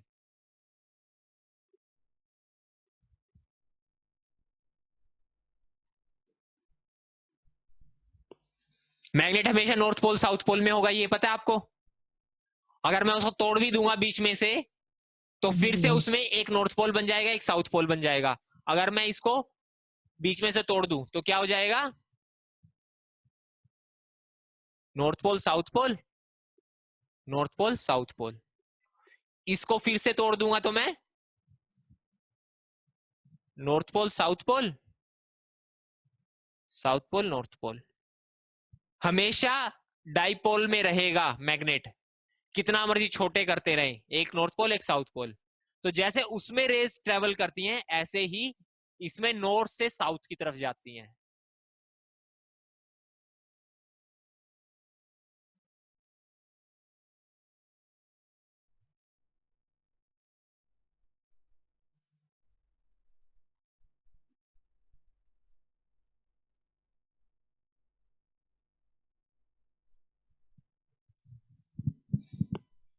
ये कभी इंटरसेक्ट नहीं करेंगी। अब इसको एक्सपेरिमेंट करने का अगर खुद देखना है कि एक, अब ये समझ मैंने बता दिया ये, अब एक्सपेरिमेंट करके अगर घर पे देखना है तो क्या करना, एक मैग्नेट लेना और छोटे छोटे जो पार्टिकल्स होते हैं आयरन के बिल्कुल छोटे छोटे छोटे पार्टिकल लेना और उसको थोड़ा दूर बाहर की तरफ उसको फैला देना और उसके बीच में मैग्नेट रख देना। तो देखना जो स्प्रेड होगा वो वायर जो मैग्नेट की छोटे छोटे पार्टिकल्स होंगे, बुरादा टाइप से जब हम बोल देते हैं उसको, पाउडर टाइप से, वो इस तरीके से फॉर्म हो जाएगा और बीच में गैप रह जाएगा उनके, ये बीच में गैप रह जाएगा और इस तरीके से बन जाएंगे, वो इस शेप में आ जाएंगे। इससे हमें पता लगा था कि मैग्नेटिक लाइंस या फिर इलेक्ट्रिक लाइंस हैं वो इंटरसेक्ट नहीं करती हैं और एक पोल से दूसरे पोल की तरफ जाती हैं। जैसे उसका इलेक्ट्रिक फील्ड होता है ऐसे ही इसका मैग्नेटिक फील्ड होता है। जिस एरिया में ये अट्रैक्शन या रिपल्शन कर सके वो उसका फील्ड हो गया, क्षेत्र हो गया। जैसे उसमें पॉजिटिव पॉजिटिव या फिर नेगेटिव नेगेटिव रिपेल करते हैं, ऐसे ही इसमें नॉर्थ पोल को रिपेल करेगा, साउथ पोल को रिपेल करेगा। लेकिन नॉर्थ पोल साउथ पोल को अट्रैक्ट करेगा, साउथ पोल नॉर्थ पोल को अट्रैक्ट करेगा। मतलब ये opposite pole attract each other, और सिमिलर या same pole repel each other. अब इसमें एक और चीज आती है, अर्थ का नॉर्थ पोल और साउथ पोल कहाँ है? अर्थ भी एक मैग्नेट की तरह काम करती है, पता है ना सबको। अर्थ का भी एक मैग्नेटिक फील्ड है, मैग्नेट की तरह काम करती है अर्थ भी।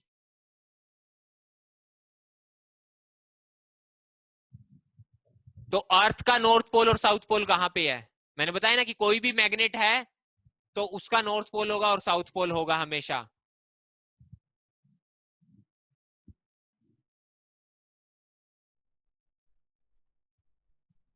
नहीं आइडिया? अर्थ जो है ये नॉर्थ पोल है अर्थ का, और ये साउथ। जो मैग्नेटिक पोल है जो इसका, वो इसके अपोजिट होता है। इस तरीके से ये काम करती है कि ये मैग्नेट है और ये इसका मैग्नेटिक साउथ पोल हो जाता है, और ये इसका मैग्नेटिक नॉर्थ पोल हो जाता है। ये क्वेश्चन आपका आ सकता है, जियोग्राफी में भी आ सकता है और साइंस में भी आ सकता है आपका, कि अर्थ का मैग्नेटिक नॉर्थ पोल कहां पे है, एंटार्क्टिक में है या फिर आर्टिक में है। ठीक है,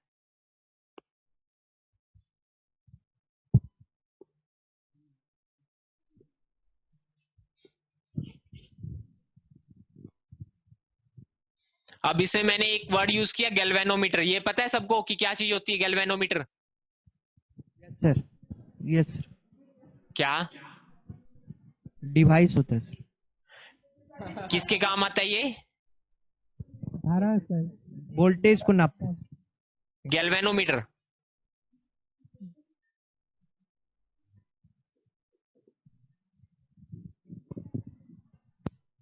करंट की डायरेक्शन बताता है ये।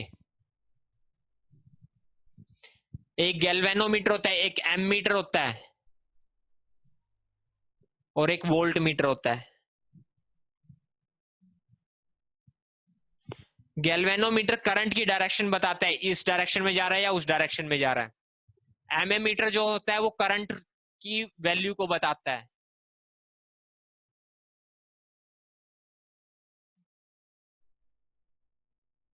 और वोल्ट मीटर जो होता है वो वोल्टेज को बताता है।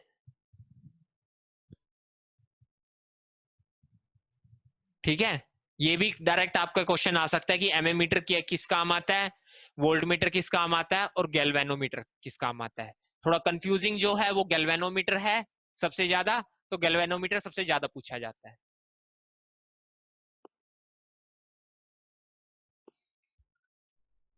इसने यहां पे गैल्वेनोमीटर लगाया और ये मैग्नेट लिया।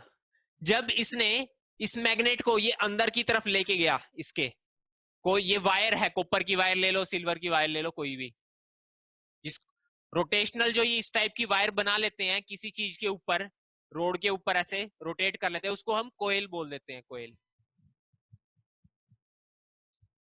जब मैंने इसके अंदर लेके गया तो यहां पे डिफ्लेक्शन शो हुई। जब वापिस लेके, जब मैंने उसको खड़ा रखा, वहीं पे रखा, उसको रोके रखा, तो कोई डिफ्लेक्शन नहीं आई। फिर से जब मैं उसको बाहर लेके आया तो इसमें फिर से डिफ्लेक्शन आई। डिफ्लेक्शन का मतलब करंट सप्लाई हो रहा है। तो उसने ये कहा जब भी मैग्नेटिक फील्ड चेंज होता है, मैग्नेटिक फ्लक्स चेंज होगा इसका,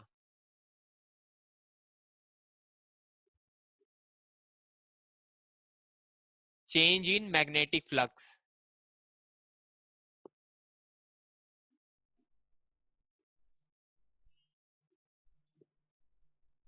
जनरेट इलेक्ट्रिसिटी।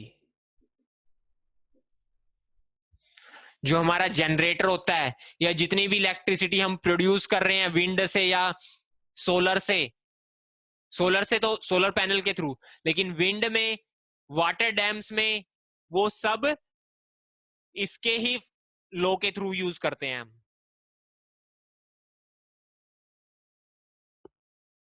क्योंकि इसमें मैग्नेटिक फ्लक्स जैसे जैसे चेंज होगा वैसे वैसे इसके अंदर इलेक्ट्रिसिटी प्रोड्यूस होगी।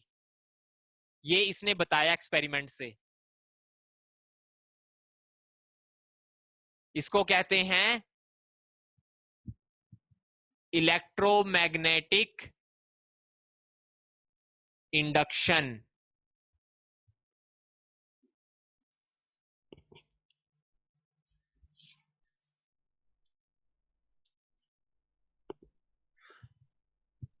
सर सर हाँ, एक बार और एक्सप्लेन कीजिए, क्या?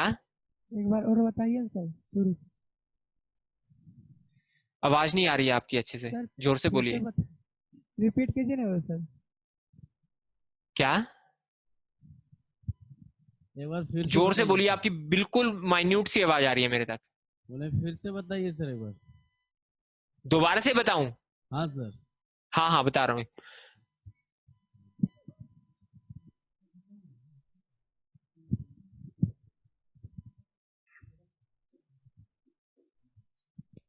विद्युत चुंबकीय प्रेरण बोलते हैं इसे हम, ठीक है? क्या? जब मैं इसको मूवमेंट करता हूं मैग्नेट की कोयल के अंदर, कोयल के अंदर अगर मैं मैग्नेट की मूवमेंट करूं तो इसके अंदर इलेक्ट्रिसिटी जनरेट हो जाती है। ये बताया उसने। अगर मैग्नेट की मैं मूवमेंट करूं किसी तरीके से भी, रोटेट करूं उसको सर या अंदर जनरेटर में भी बाहर यही करूं। प्रिंसिपल यूज होता है? क्या? सर जनरेटर में भी यही प्रिंसिपल यूज होता है? जनरेटर में यही चीज होती है हमारी। हाँ सर। हाँ, जनरेटर की वर्किंग अभी इसके साथ बताएंगे कि कैसे।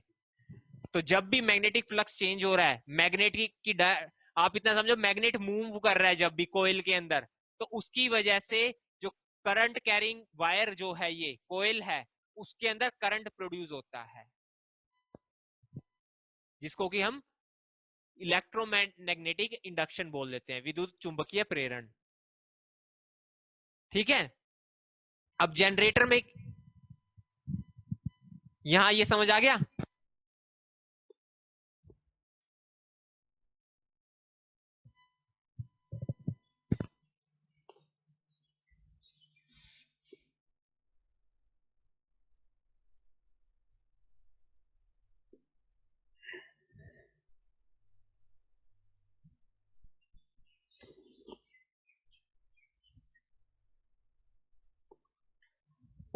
सर हाँ जी, फैराडे लॉ बताइए ना।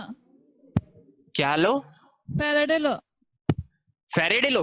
फेरेडे लो यही है कि जब भी कोई भी एक मैग्नेटिक फ्लक्स चेंज होगी मैग्नेट की कोयल के अंदर, तो उसकी वजह से उसमें इलेक्ट्रिसिटी जनरेट होगी। उसमें दो लो आते हैं, लेंज लो और फेरेडेज लो। लेंज लो ये कहते हैं कि डायरेक्शन ऑफ करंट होगी वो अपोजिट होगी, और फेरेडे ने कहा कि उसके अंदर इलेक्ट्रिसिटी जनरेट होगी। वही जो मैंने यहां लिखा था, चेंज इन मैग्नेटिक फ्लक्स। ठीक है सर।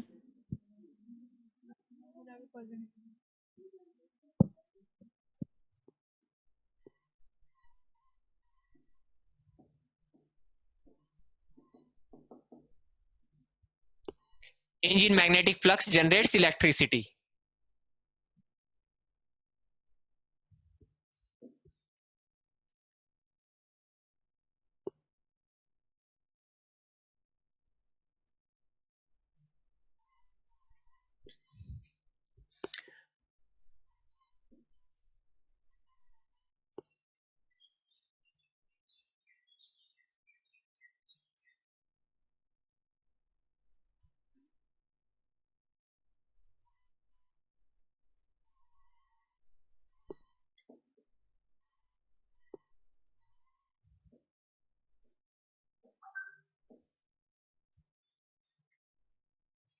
ये कोई मैग्नेट लगाया हुआ है मैंने, ये इसका नॉर्थ पोल है, ये साउथ पोल है। अगर मैं इस, और ये कोई कोयल है, वायर है कोई, मतलब कोई सॉलिड मैंने पार्टिकल ले लिया और उसके चारों तरफ वायर लपेट दी। ये कोई भी चीज है, मतलब रोड है, और इसके तरफ मैं वायर लपेट दूं। मोटर देखी है सबने? मोटर देखी है कभी खोल के? हाँ सर। उसमें क्या होता है, बीच में एक रोड लगी Coil होती है होता और है उसके सर। चारों तरफ वायरिंग की होती है कॉपर की। Yes sir. इसीलिए पूछते भी हैं कि कॉपर की वायरिंग हो रखी है या फिर एल्यूमिनियम की वायरिंग हो रखी है। ठीक है, क्योंकि कॉपर वाली अच्छी रहती है। उसी तरीके से ये है। अब फैराडे ने ये कहा कि जो करंट की डायरेक्शन है वो हम कैसे पता लगा सकते हैं, वो Fleming's right hand thumb rule से पता लगा सकते हैं।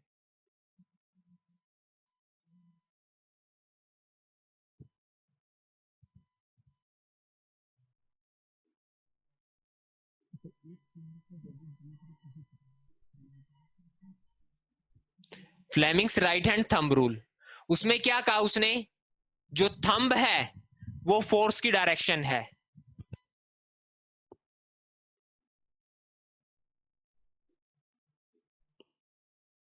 ये फर्स्ट फिंगर है वो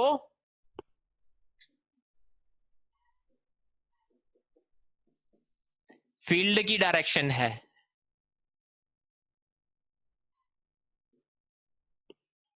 और जो सेकंड फिंगर है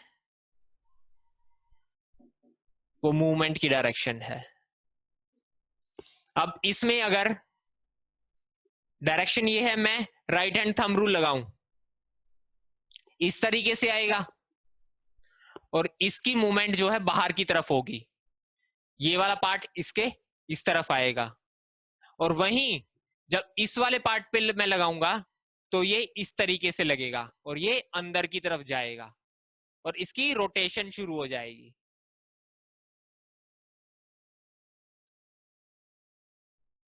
जो पंखे हमारे घूमते हैं उसमें क्या होता है, पंखे में हम इलेक्ट्रिसिटी प्रोवाइड करते हैं जिसकी वजह से उसमें रोटेशन होती है, और यहां पे क्या होता है, हम इसको रोटेट खुद से करते हैं। खुद से रोटेट किया तो इसमें इलेक्ट्रिक करंट जनरेट होना शुरू हो गया, और ये बैटरी यहां पे लगा दी हमने, और वो स्टोर करती रहेगी इस एनर्जी को।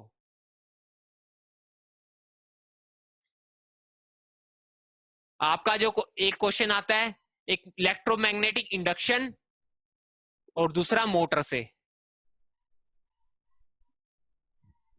क्या पूछेंगे, जनरेटर डायनेमो भी जिसे बोलते हैं हम, डायनेमो, या फिर हिंदी में भी उसको डायनेमो ही बोल देते हैं, जनरेटर। उसमें कौन सा फ्लेमिंग रूल लगता है, उसमें लगता है राइट हैंड थंब रूल, और जो मोटर है उसमें लगता है लेफ्ट हैंड।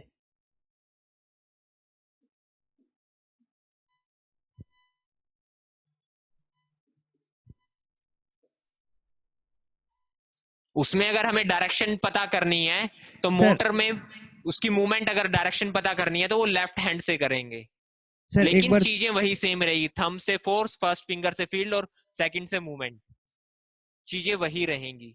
सर एक बार लेकिन थंब रूल उसमें अच्छे से मोटर समझा में दिया ना। लेफ्ट हैंड और जो जनरेटर होता है उसमें राइट हैंड। सर एक बार थंब रूल अच्छे से समझा दिए सर, एग्जांपल देके। देखिए, अगर मैं मोटर वाला इसको मोटर मान लूं अभी के लिए, ये मैग्नेटिक फील्ड है नॉर्थ पोल से साउथ पोल, सर ये left hand magnetic thumb field rule और गई right hand thumb rule sir. उससे अपोजिट राइट हो जाएगा। ठीक है, ये वाला पहले समझने में आपको इजी रहेगा, इसीलिए मैं ये वाला बता रहा हूं, फिर उसको बताता हूं। Yes sir. ठीक है, ये नॉर्थ पोल है साउथ पोल, इलेक्ट्रिक फील्ड है, तो ये इलेक्ट्रिक फील्ड लगा दी मैंने। ठीक है, और ये करंट की डायरेक्शन हो गई, उसमें से करंट सप्लाई कर रहा हूं मैं, ये तो ये वाली जो फिंगर है ये इसका फोर्स आ जाएगा, जिस मूवमेंट होगी जिस डायरेक्शन में, ये फोर्स या फिर करंट, जिस हिसाब से भी आप यूज कर रहे हो। ये इस वाले उंगली की तरफ ये तीनों परपेंडिकुलर होनी चाहिए, 90 डिग्री होना चाहिए तीनों में। इसकी इस तरफ मूवमेंट होनी शुरू हो जाएगी, बाहर की तरफ आना शुरू होगा। वहीं पे ये डायरेक्शन अपोजिट होगी, करंट यहां से गया और यहां पे आया, करंट की डायरेक्शन अपोजिट हो गई, तो मतलब ये इस तरीके से हो गया। फील्ड की डायरेक्शन वही है, करंट की डायरेक्शन नीचे की तरफ हो गई, पहले ऊपर की तरफ थी अब नीचे की तरफ हो गई, तो वो अंदर की तरफ जाना शुरू हो जाएगा। ये वाला पार्ट बाहर निकलेगा, ये वाला पार्ट अंदर की तरफ जाएगा, तो ये रोटेशन शुरू हो जाएगी सर इसमें। हाँ जी, sir thumb direction of current बताता है ना? क्या? थंब अंगूठा रहता है वो डायरेक्शन ऑफ करंट बताता है ना? Left hand thumb rule motor में डायरेक्शन बताएगा। जो थंब है वो फोर्स या करंट की डायरेक्शन है, जो यहां पे इलेक्ट्रिक करंट है उसकी डायरेक्शन है। फर्स्ट फिंगर है वो फील्ड की, मैग्नेटिक फील्ड की डायरेक्शन है, नॉर्थ पोल से साउथ पोल। और जो सेकंड फिंगर है वो डायरेक्शन है मूवमेंट की, किस तरफ मूव करेगा वो हमारा।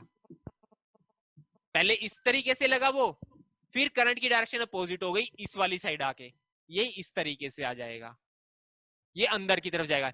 ये वाला पार्ट बाहर निकलने की कोशिश करेगा, ये वाला पार्ट अंदर की तरफ जाने की कोशिश करेगा, ये इस तरीके से है। ये वाला पार्ट बाहर आने की कोशिश कर रहा है और ये वाला पार्ट अंदर जाने की, तो ये रोटेशन शुरू हो जाएगी इसमें, ऐसे ये घूमना शुरू हो जाएगा। जो पंखा घूमता है हमारा वो इसी तरीके से घूमता है। मोटर देखी है, मोटर घूमती है, वो इसी तरीके से घूमती है, रोटेशन शुरू हो जाती है, क्योंकि उसके एक पार्ट में बाहर निकलने का फोर्स लग रहा होता है और दूसरी डायरेक्शन में अंदर लगने का फोर्स लग रहा होता है, और वो रोटेट करना शुरू कर देती है, रेगुलर रोटेट करती रहेगी इस तरीके से। और वहां पे हम नीचे एक्सल बोल देते हैं, जिसे डंडा है वो लगा देते हैं ताकि वो पंखा घूमता रहे उसकी वजह से, ठीक है।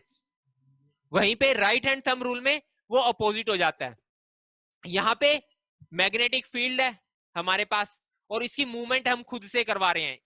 ये जो सेकंड फिंगर है इसकी मूवमेंट खुद से करा रहे हैं, तो जो ये है इससे करंट पता लगना शुरू हो जाएगा थंब से, किस डायरेक्शन में हमारा करंट जा रहा है।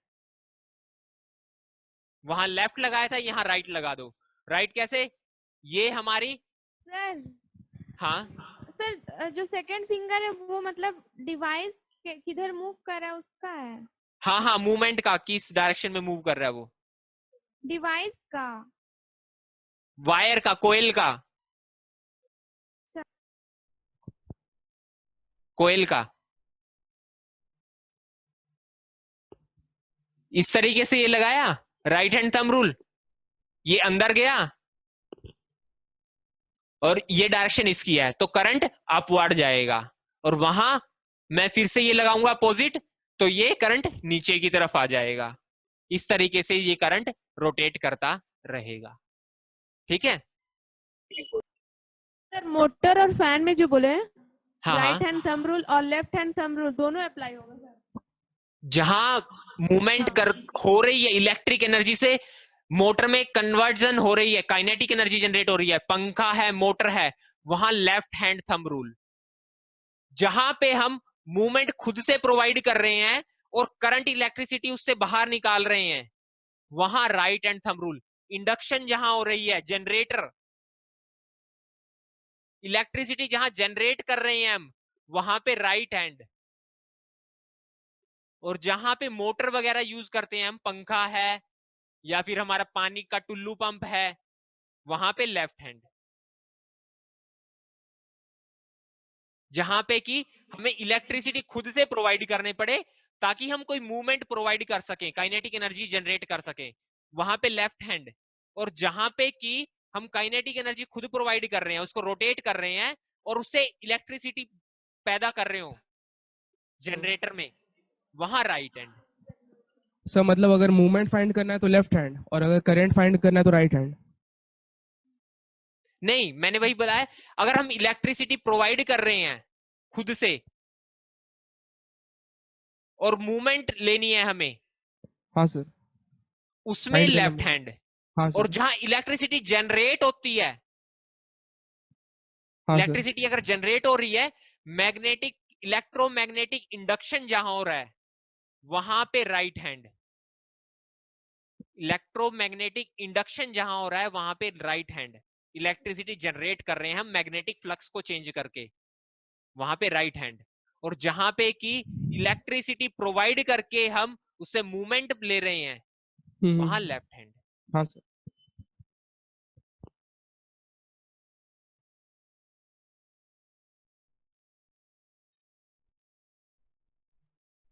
जहां बिजली पैदा हो वो राइट, और जहां बिजली हमें खुद से देनी पड़े वहां पे लेफ्ट हैंड।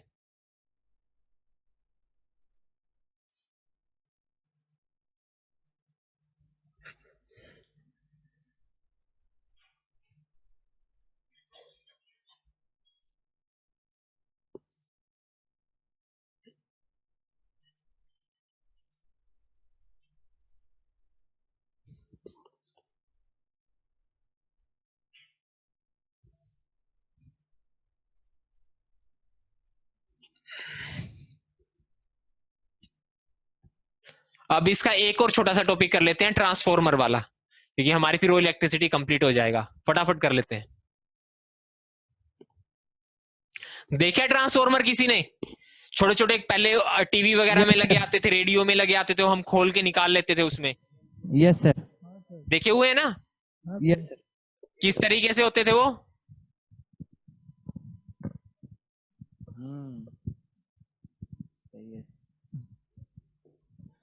क्या होता था? वो रेक्टेंगुलर सा बना होता था, ऐसे डब्बे डब्बे से होते थे उसमें। और क्या होता था? एक तरफ वायर और दूसरी तरफ हो जाती थी वायर। इस तरीके से होता था, हाँ सर। है ना? मैंने ये जो बीच वाला जो है वो हटा दिया है रिप्रेजेंटेशन के लिए। साइडों वाले जो इसकी वायरिंग है वो मैंने दिखाई है। इसको प्राइमरी बोल देते हैं और इसको सेकेंडरी।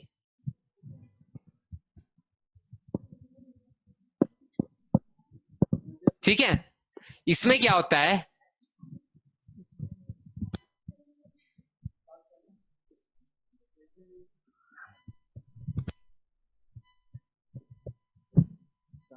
ये फॉर्मूला काम करता है।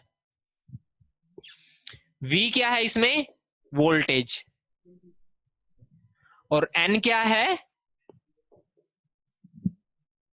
Number of turns. जो रोटेशन है इसकी, कितने रोटेशंस होंगे, वो N है।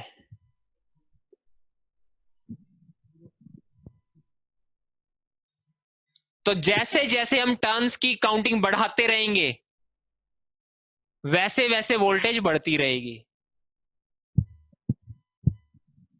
सर ट्रांसफार्मर दो टाइप का होता है सर। ट्रांसफार्मर वो रेक्टिफायर और उसको डिपेंड करता है किस तरीके से हम कर रहे हैं। या फिर ट्रांसफार्मर एक अप होता है, एक डाउन होता है। Yes sir, step up step down. हाँ, अप और डाउन। अगर हमें वोल्टेज बढ़ानी है, 10 वोल्ट हम सप्लाई कर रहे हैं और हमें रिक्वायरमेंट 20 वोल्ट की है, तो स्टेप अप वोल्टेज यूज करते हैं। तो उसमें क्या होगा, जितने नंबर ऑफ टर्न्स प्राइमरी में है उससे दुगने हम सेकेंडरी में लगा देंगे। उसकी रोटेशन जो है, वायरिंग जो है, उसको डबल कर देंगे सेकेंडरी वाले में, तो उसमें वोल्टेज भी उसी हिसाब से बढ़ जाएगी। और जो हमारे घर वो खंभों पे लगे होते हैं घर के पास, वो क्या होते हैं, वो स्टेप डाउन होते हैं। Step down. वो क्या करते हैं, 440 वोल्ट की आई और हमें करना क्या होता है, 220 वोल्ट चाहिए होता है हमारे घर में।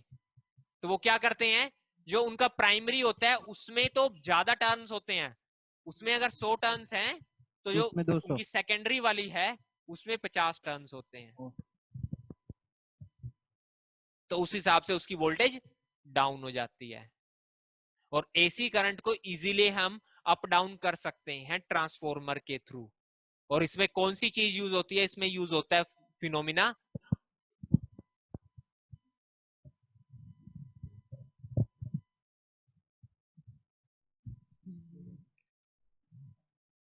म्यूचुअल इंडक्शन, कि एक कोयल की हेल्प से हम दूसरे कोयल में इलेक्ट्रिसिटी जनरेट कर रहे हैं।